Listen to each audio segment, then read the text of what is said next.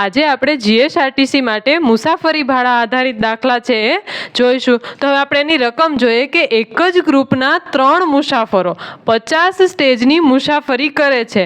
જો મુસાફરી ભાડું ટિકિટ દીઠ રૂપિયા કેટલું હોય 150 હોય તો કુલ કેટલી રકમ છે એ વસૂલવી પડે.